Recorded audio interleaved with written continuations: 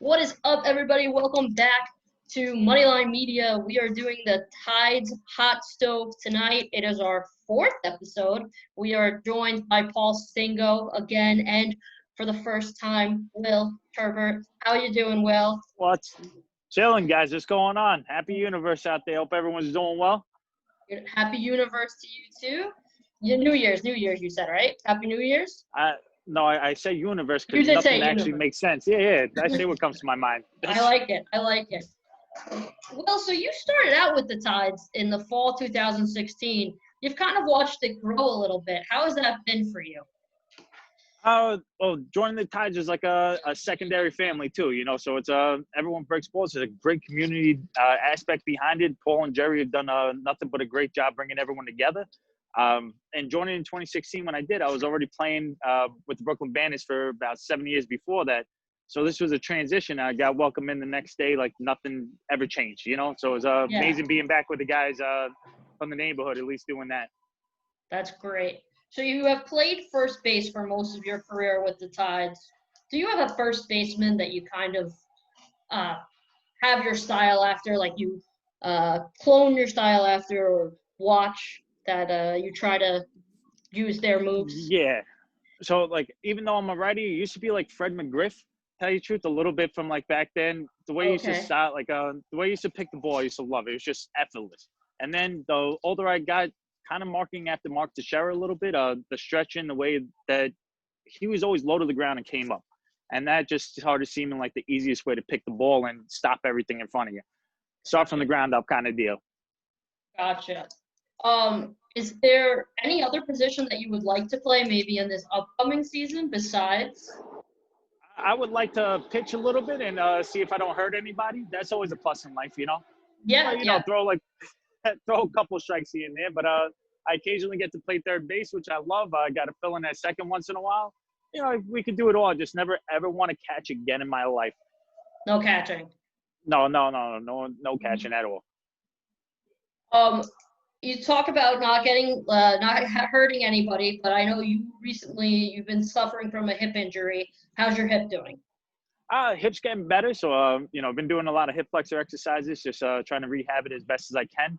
I've shedded some pounds, working out on different styles of just a lot of resistance and weight, body weight exercises for the most part. Well, you were not one of the ones on Jerry's list of people who need to work out more, so that's a good thing. And I recently saw how hard you've been working ever since your injury. You're ripped right now. How are you planning on maintaining that?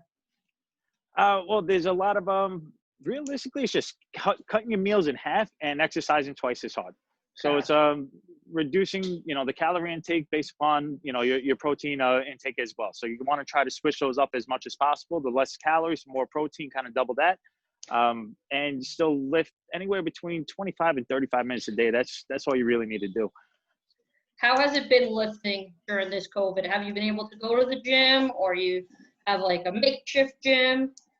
I definitely rigged one in my house a little bit, so okay. I got about 7 sets of dumbbells, a curling bar. I got a lot of resistant bands, doing chin-ups in the ceiling. Whatever you got to do, you got to do. We had a CFL player who was getting ready for the draft, and his dad was a construction worker, and he was just doing cinder blocks. Like that's how he was getting ready for the season. And it was awesome. That's what we need. Yeah, exactly. So you're obviously keeping in shape. Is there anyone that you want to call out for not being in shape? Definitely Robbie McGuire. I don't think anyone would believe you if you said that. By the way, Paul, he does. Paul, I might need to call him out on his thirst trap pictures when he comes. He's got a lot of thirst trap pictures. He's notorious for that. Wait, what the hell is thirst trap? It's like when people say like they're thirsty, it's like he's thirsty for like women's attention. It's like because he's always shirtless, it's always muscles. It's a little bit of a thirst trap. Will has been off Instagram for a while. Oh, gotcha. Yeah, so he's not really caught up as to what's going on. But yeah. I'm telling you, life is better without social media. No one bothers you. I believe that. speaking of social media, Paul, you can jump in on this. Recently saw Dimitri posted on one of your pictures as the Wolf Pack looking for hiring because I guess he wasn't nominated for something. Mm-hmm. What's going on with that? Sorry, I have to dig in. I like to think that I'm a little bit.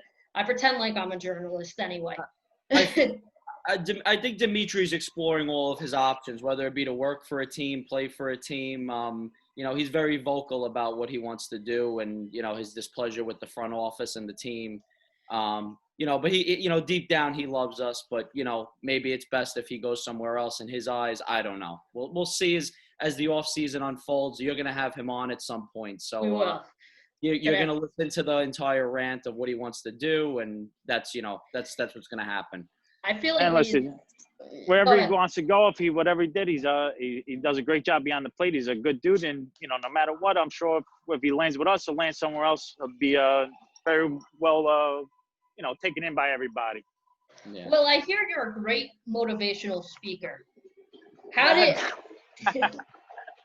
and I just got a tidbit of that because that was a very political yet very inspirational message that you just had for Dimitri. So how do you find that motivate? What's deep inside of you? You're such a good motivational speaker. Am I allowed to be frank on the show, or we got to? Of course. No PC on this show. Well, I talk to my balls every day, and once in a while they talk back. All right, that works. You got to get it from somewhere, and there's we get a lot of good people, especially being from Bay Ridge. We all grew up together. Right. So you get a lot of love, respect, and caring for each other. So you want to see the best for everybody. So when you see someone, falling down a little bit, you just want to pick them up and hopefully they pick themselves up from their own bootstraps, Gotcha. That's good. That's always good. So you were summer 2019 comeback player of the year with a 400 batting average and 526 on base percentage. How do you plan on duplicating that for this coming season, even though you're having the hip injury a little bit? So there's been some things I've been watching a little bit on how to actually open up your hips a little bit while using your hand-eye coordination and trying to drive the ball the other way. Keep your hands on the inside, and even if you can't open up and keep up with the inside fastball, the outside breaking ball, as long as you stay inside the ball, it can drive the ball the opposite way, and I think that'll keep repeating that same high average kind of deal. Awesome. What are you looking forward to most in this coming season? Seeing everybody again. So my season got cut short, and it was the first year of my entire life that I was out with an injury. I had shoulder surgery when I was 20. I think I missed 3 games. It was a 6-week period from the first time it happened until the end, and it was 1, 2, 3 right back at it. Gotcha. That's awesome. We're glad to hear that you're doing better, and I know that Paul and the Tides are super glad to hear that you're doing better. Typically, we play a game. Most likely to, but since you own a liquor store, I thought it's a liquor company. I'm sorry, liquor company. I thought that we could compare your teammates to liquors. I love this. Yeah, let's go. All right, we'll start with Nick Carell. Still on the team. I'm good, right? I have. Nick Carell. There's a lot of people I still gotta meet, I guess. So he's some kind of tequila I've never had before. Gotcha. All right. John Yusko? Johnny Ukes is like he's Bailey's mixed with a Budweiser. Bailey's mixed with a Budweiser. Maybe give me a little reason for why.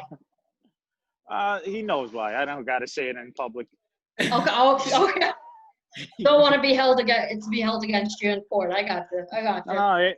No, we'll hold it against him every day of the week. All right. Luis Ortiz. Oh, he's definitely Patron. Patron? Like a hot fire Patron. They don't even make that yet, but that's what he would be. Okay, so he's not available yet. Just. He's the most unique tequila that'll hurt you every day of the week. Gotcha. Not approved by the FDA yet. No one will ever approve Luis, but he's still going to take you up the middle. Gotcha. John DeAngelis.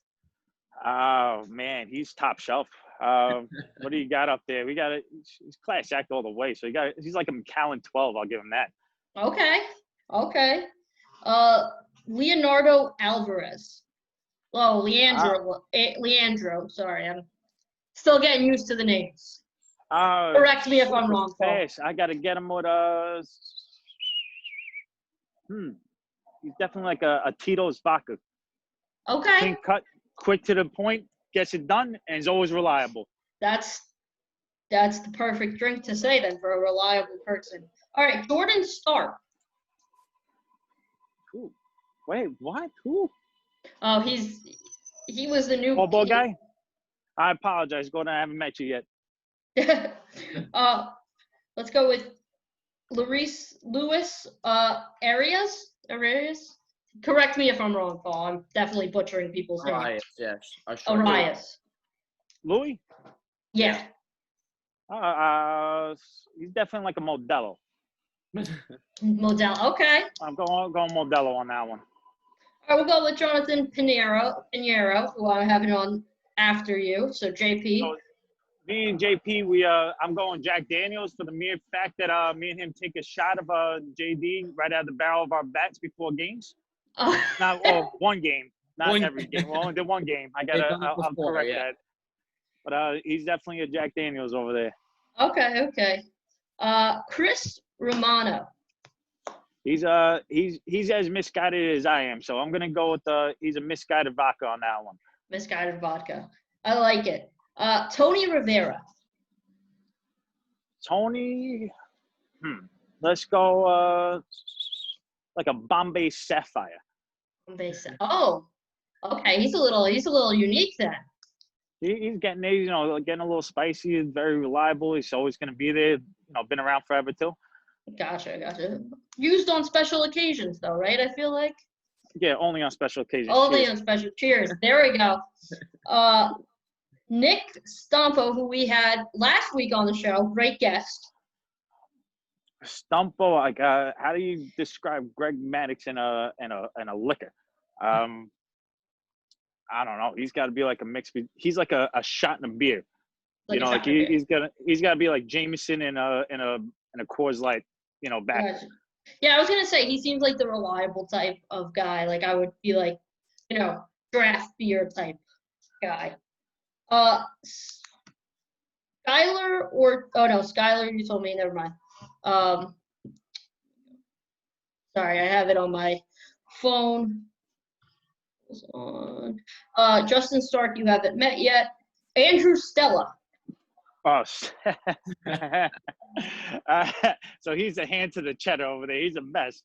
There's I don't know. There's not many better people than Stella out there. So I'm gonna give him the Jameson Award on that one.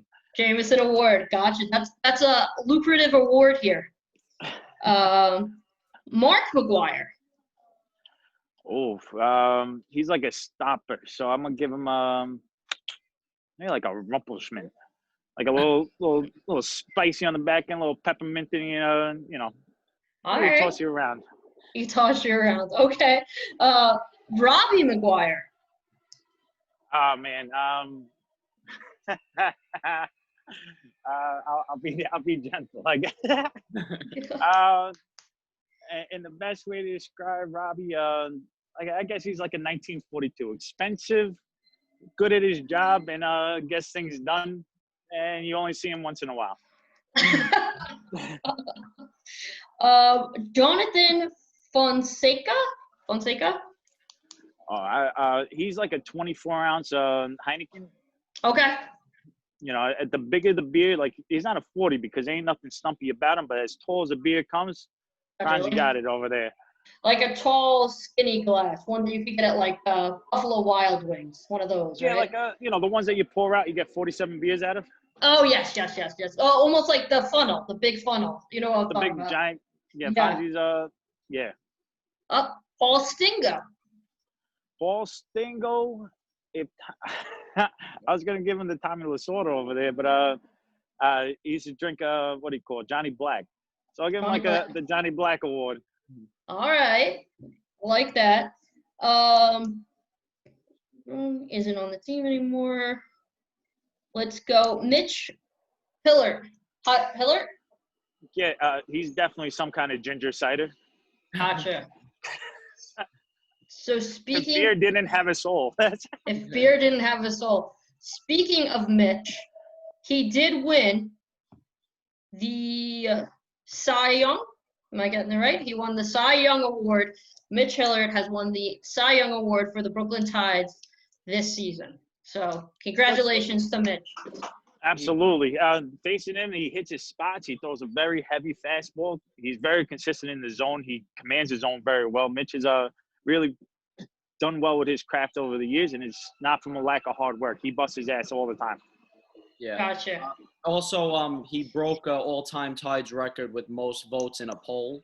He received 52 votes, and he also had the largest margin of victory in a poll ever, which I think it was, 43 votes. It was quite a bit of votes, I remember. Yeah, it was. Yeah, he had 52 votes, and the next highest was 9. Mitch does such a great job, man. When he's out there, you know you're getting 6 out of him at least. Yeah. Hats off to all the pitchers, though, that were up for the Cy Young, though, because our staff in general was really, really impressive this year. I think our team ERA was somewhere in the low 2s, and they really, they were the backbone of our team. So we have to give our hats off to all of them. That's true. And you win with pitching. Mm-hmm. Pitching. Yeah, wins championships. Exactly. All right. Next up, let's go with James Moran. Shit. What's something like he's like a Jaeger bomb. A Jaeger I've bomb. seen him in a while, Yeah. Dave Davila. Davila? Yeah. Dave Davila is like an añejo tequila, like the best of it. Like you want to take a short shot, he's there for every game. Dave Davila is a workhorse. Gotcha. Max Olivia? He didn't meet him yet either. Oh, he didn't meet him yet. No. Okay. Adam Piguero? Do I know Adam Pinheiro? Piguero. Adams. Pass on that one. Okay. Dimitri. Dimitri, you got to give he's like a Guinness. Gotcha. Nate. Nate is if no one's ever met Nate, the dude's like the greatest person alive. He's like I don't know he's like a New England IPA, like he's a little hazy but still really fucking good on the palate.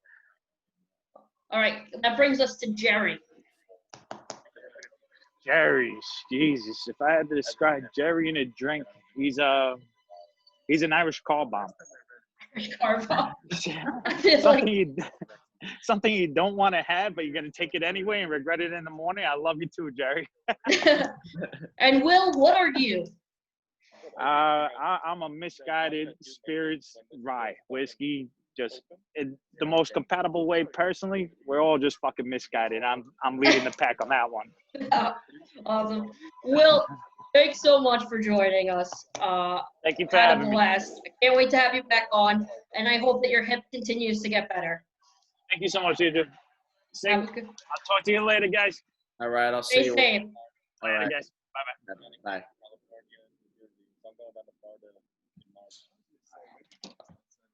All right, that's done. That was Will and Paul. They joined us for the 4th episode, and we will be back with another episode of Brooklyn Tides. We have Jonathan Pinheiro up next, and we cannot wait to talk to him about all going on in Tides World.